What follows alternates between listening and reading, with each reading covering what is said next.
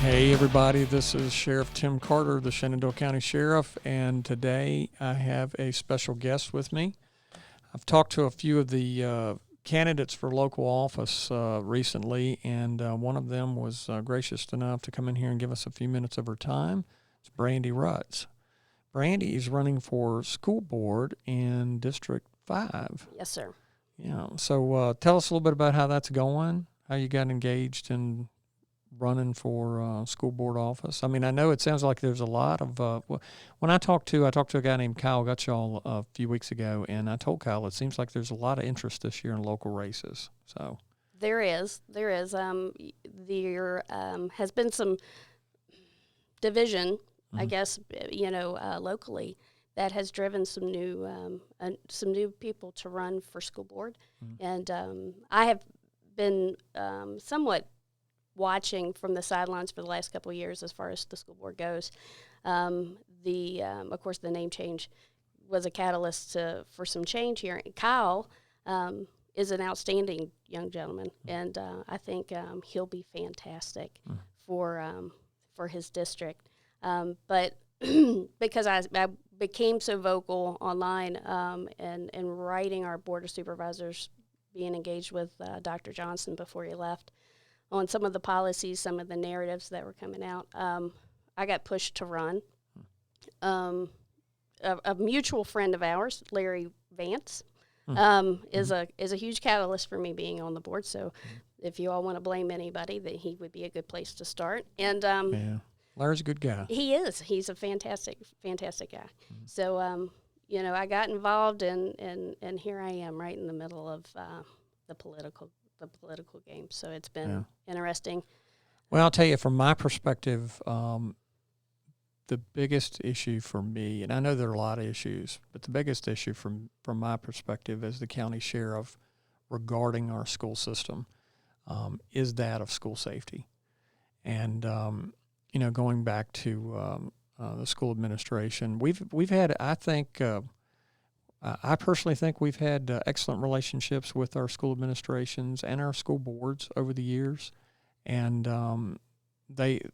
all of them historically, as I can sit here, as I'm thinking of incidents and times that we've had issues that we've dealt with over the past, they've all been very supportive of what we've tried to do regarding school safety. So I guess, we were talking earlier before the podcast, but one of the things that it really took me off guard when I heard it, and that was there's some of these communities,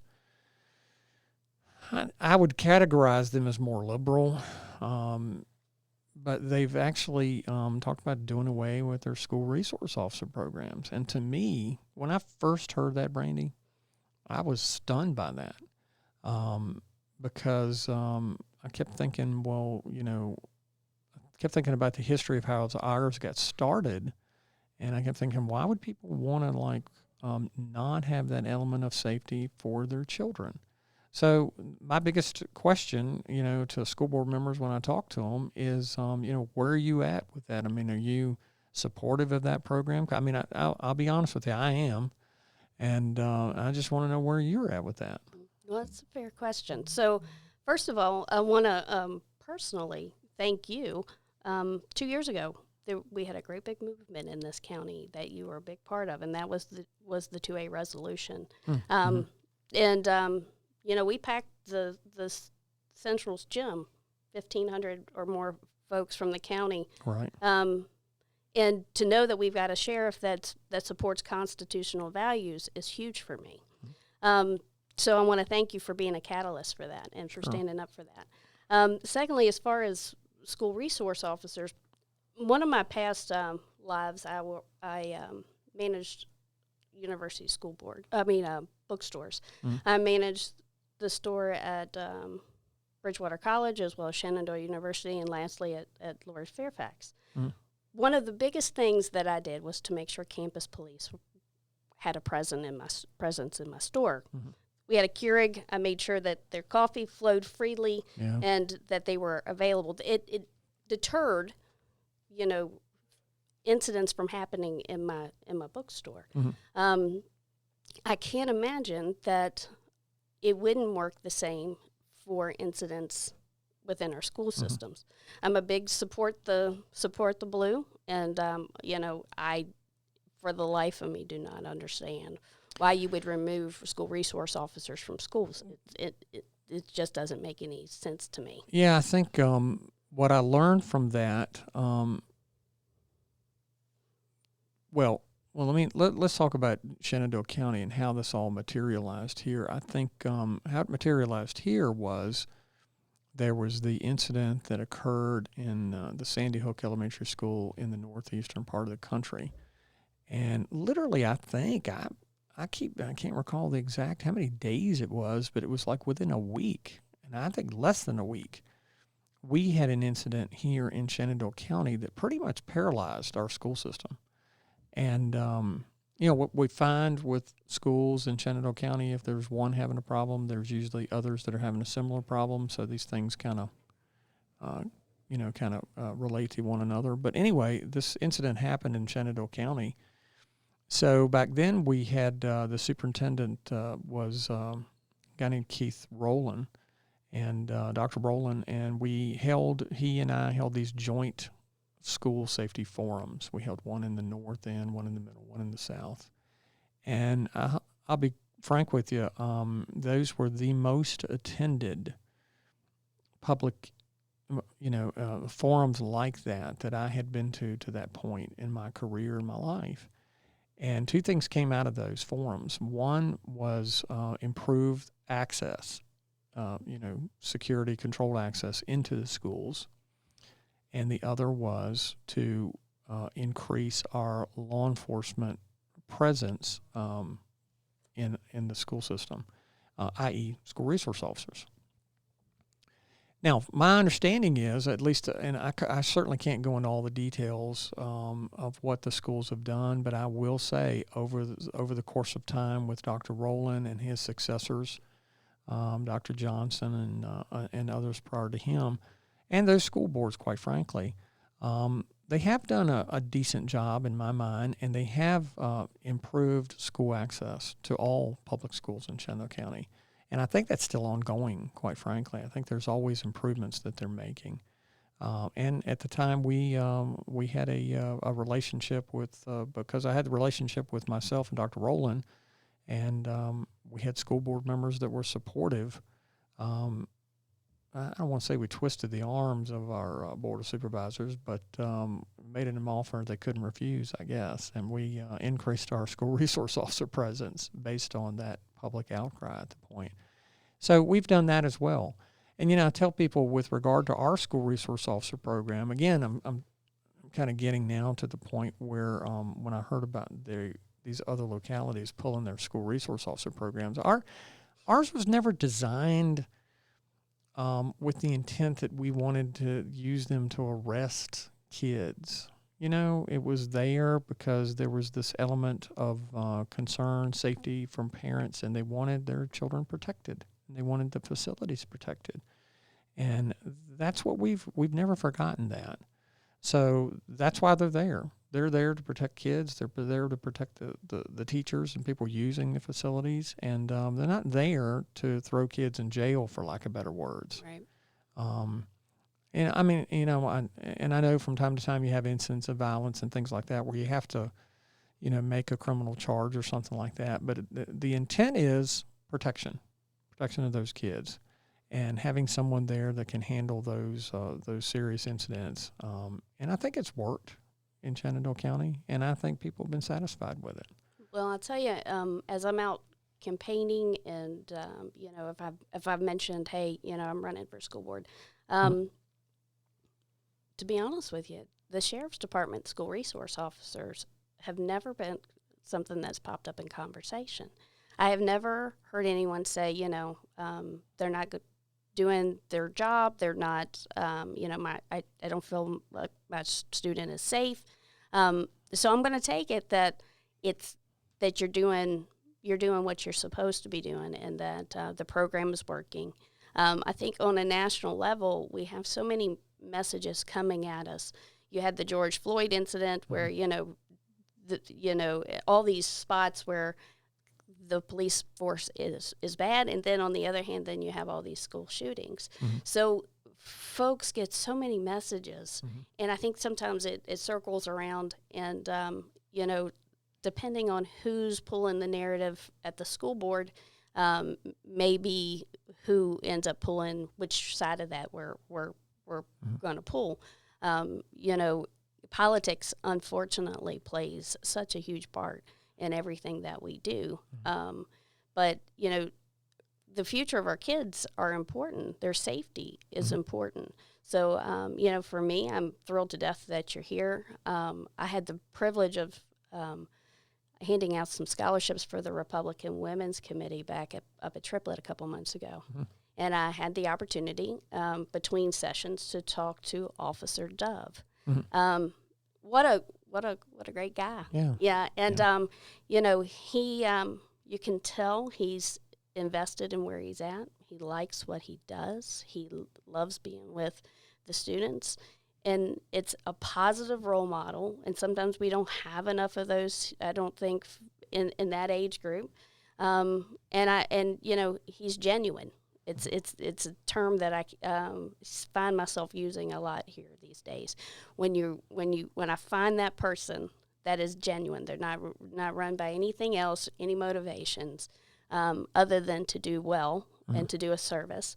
And Officer Dove is one of those is one of those people. So I commend you for sticking the right people in the right place. Well, we try, and Chris does a good job for us. And I tell you, talking about that, it's a constant relationship building effort. Right. And it's not just relationship building with children, but it's the relationship building with children, their parents, school administrators, teachers. And I can't say enough, to be honest with you, I can't say enough positive about the teachers and school administrators that we've dealt with. But I guess, getting back to, I know that it's one of those things where it's not being talked about, but for us, and I know for our staff that are doing this work, we kind of wanted to know, like you say, you got 3 open seats. And we kind of wanted to know where those people were as they walk into these positions, because, somebody's going to get elected. And we're sitting here thinking, well, where are they at with school safety? Because, when it's hitting in Charlottesville and places like that that's nearby, at some point, somebody's going to bring that issue up. You may think that we're all like, and I think sometimes Shenandoah County gets this, people, I may be getting off tangent, but Shenandoah County people may think that we're all like-minded. No, there's some differences of opinion in Shenandoah County. Oh, absolutely. And so absolutely. our position is, with regard to this program specifically, is where these school board members going to be when they get elected, regardless of who, what position or district or what have you. And again, we've never lost sight, and at least in my mind, of why we're there. We talked earlier about other issues. We're constantly building relationships. Speaking of Chris, by the way, he just initiated a program where we're doing child ID kits with parents, preschool kids. Fingerprints, and if somebody goes missing. Yeah, right. We're going to do a program on that at some point here in the next week or two. We have another program called the Rape Aggression Defense Program. That's a self-defense program exclusively for females, and it's taught in that 9th to 10th grade age group, that 14 to 15 age group. We still have the DARE program, and I got to tell you, sometimes I think the DARE program gets I don't think it gets a fair shake, but having connectivity, and by the way, they have changed that entire curriculum, and the curriculum is really now heavily focused on bullying in that program. You have the substance abuse issues and things like that, but there's a component that's strongly that deals with anti-bullying. But my point is, I think it's better that have you have this connectivity with kids. I wish we could have the connectivity with them at every age group. Unfortunately, I don't have the resources, and with the requirements kids have on them, you don't have the time because they have whatever their requirements are by the school. But as long as we have those inroads and we're able to have that impact and have that positive connectivity with them, I think it's good.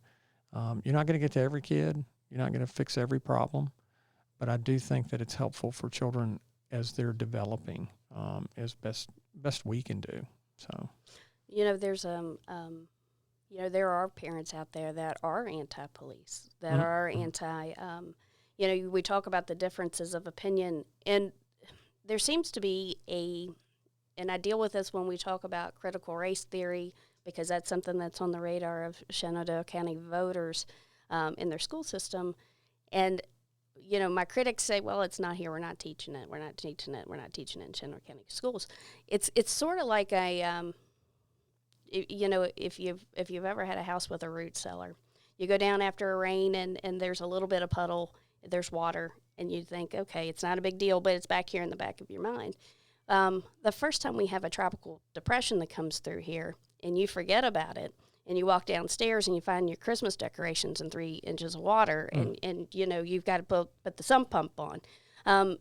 Those ideas, again, from the liberal mindset that surrounds us in Loudoun, in Richmond, they're waiting for the correct elements, the correct time to come in here. They're seeping in right now.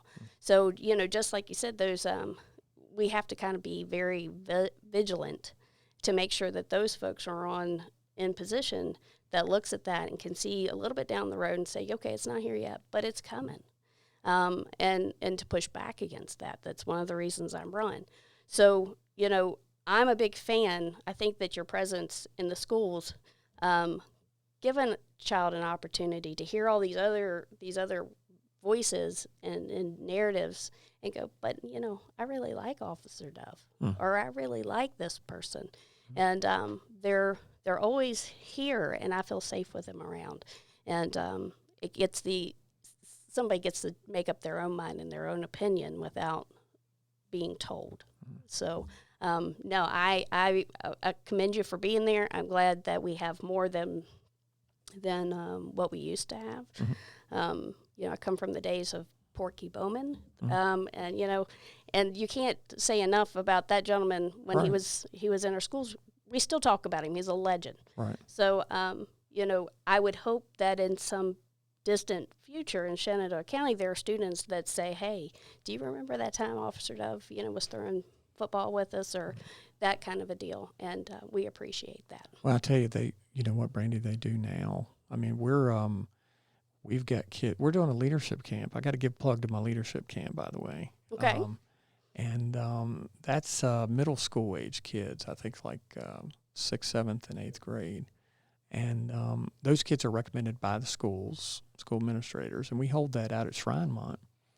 And I've actually, sitting here now thinking, I've actually hired a couple of those kids that have gone through our leadership camp. So That's awesome. I guess my point is going back to what you were saying about your experience with a school resource officer years ago. I mean, I do see that from time to time now. And, I think Shenandoah County in general does a good job, I think, with preparing kids for the workforce. And I know we've actually taken advantage of that here by some of the kids that we've had contact with.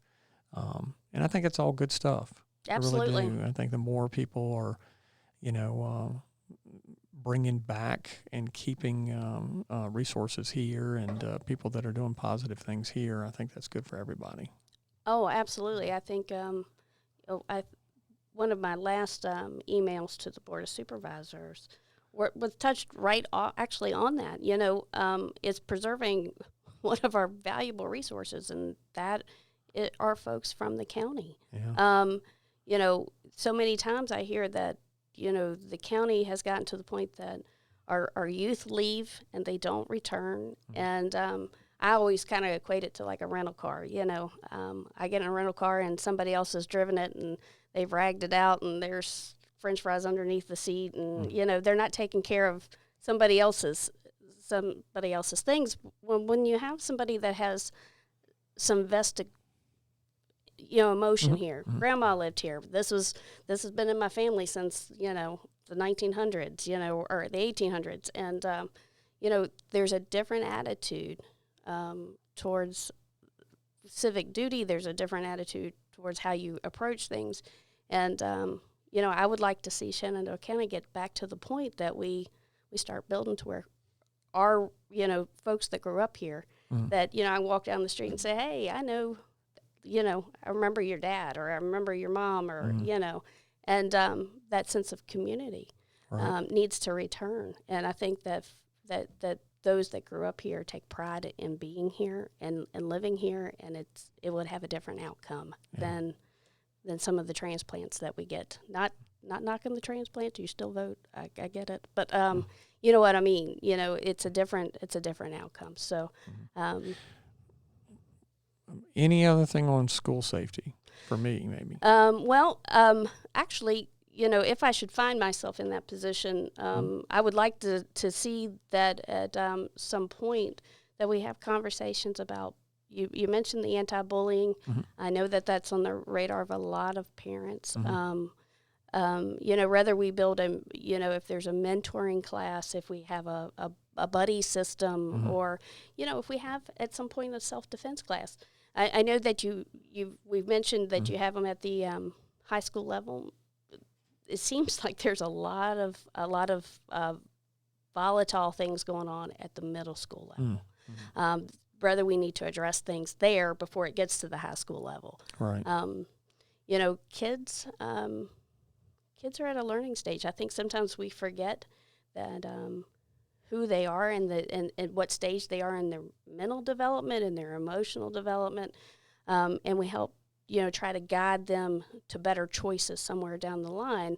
We offer some grace of where they're at, but we're here to offer a little push and nudge in the right direction and get them back on track to being productive citizens instead of places that they shouldn't be. Right. So, right. That would be something that I would like to, discuss with you and implement at some point. Yeah. Well, I tell you, we're open to anything we can do to make Shenandoah County a better place to live. And,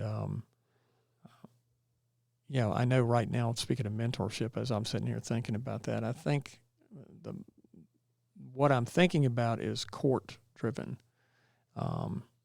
But I do see a need, and there's been a lot of talk this past year about a lot of different issues, but mainly mental health is one. Correct. And substance abuse is another, and both those things and how they're interrelated. But that impacts kids too. Absolutely. A lot. And but yeah, anything that we can do to help Shenandoah County, we're all in. Awesome. So maybe we'll get to talk more about that. Absolutely. Okay. I hope so. Changing the narrative on, like I said, keeping the narrative straight on why you're in the schools, but not ignoring the experience and the knowledge that you bring. I mean, you've done this for a while. This isn't, you would be the utmost resource for those programs and what's available, what we can do, and things of that nature. And I think that would just further the relationship between the schools and the sheriff's department. Okay. Well, Brandi, anything else we want to go over? Are we good, or No, anything sir. else you want to bring up? Absolutely not. I appreciate and am thankful for the opportunity to come speak with you, as well as get to talk to you in depth and the opportunity. Well, so this has been Brandi Rutz, the A candidate for school board in District 5 here in Shenandoah County. And I would encourage people to pay attention to these local races, because I tell people, Brandi, that's where the rubber hits the road, man, is those local races. We get so ingrained and excited about the presidential race, for example, or those national races. But really, it's those local positions that have such a direct impact on Absolutely. your life and, like you say, what is the school system, and what is the sheriff's office doing? What is the school system doing? It's those local officials that are making those things happen and making a lot of those decisions to have that impact on people here in the county. Correct. So I would encourage people to get out there, learn a little bit about who's running, and get engaged in those races. So again, Brandi, thanks so much for coming this morning. Okay. Thanks for having me. All right, everyone. Thanks so much for listening to us here on The Source. You can find this and other content on all our social media platforms like Instagram, Facebook, and Twitter. And you can find all of our other podcasts on my YouTube channel. That's at Sheriff Tim Carter. And while you're there, go ahead and hit the subscribe button so that you can get all of our great content. Please don't forget to smash that like button as well. And again, this is Sheriff Tim Carter at The Source. Have a great day.